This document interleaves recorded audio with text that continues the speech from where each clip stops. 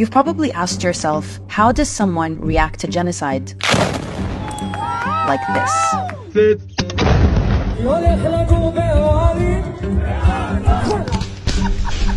With your babies here. The answer is they've been conditioned to, and it starts in their education system.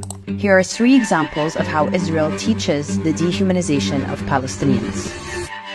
According to this Israeli professor's research, Israeli textbooks show Palestinians, or Arabs as they're called, as caricatures of primitive farmers, hordes of refugees, or they're masked and painted as terrorists. You cannot find one photograph of a human being who is a Palestinian. And it might explain how you end up with videos like this. We need to kill Arabs.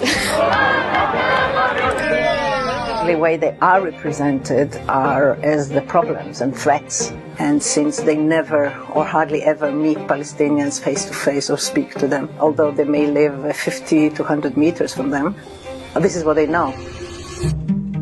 If you type map of Israel in Hebrew into Google, this is what you'll get. Notice how a lot of these maps have no clear markings showing the occupied West Bank, East Jerusalem, and the Gaza Strip, all of which are internationally recognized as illegally occupied Palestinian territories. You'll also find this map in Israeli textbooks. It's how you end up with illegal settlers colonizing more and more Palestinian land, claiming it's their God-given right.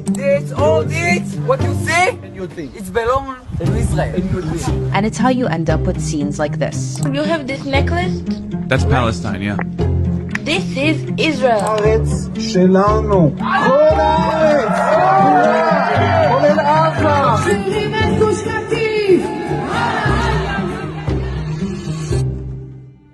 Students in Israel are taught about the Holocaust starting in nursery school all the way to the 12th grade.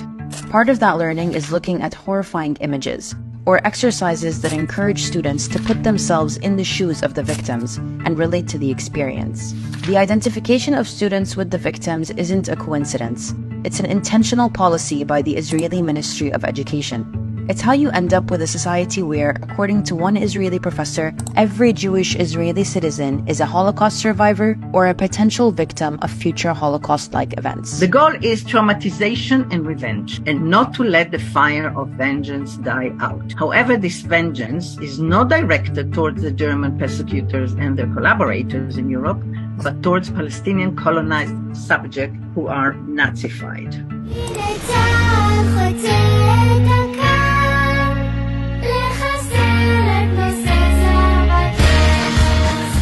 The fact that Palestinians had nothing to do with the Holocaust and that they are the ones currently being exterminated seems to be irrelevant. With this weaponization of the Holocaust, Zionism isn't seen for the settler colonial racist ideology that it is, but as the savior of the Jewish people. And it's this thinking and this fear that is weaponized to justify the violence of the Zionist state.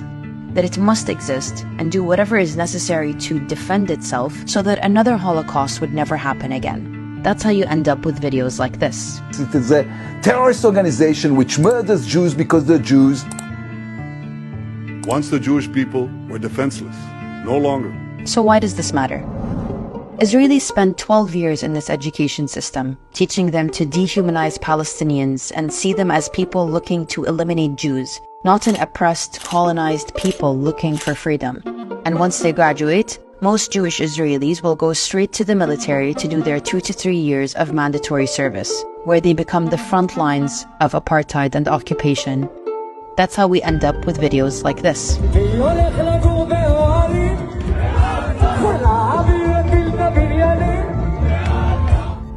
So why do all this?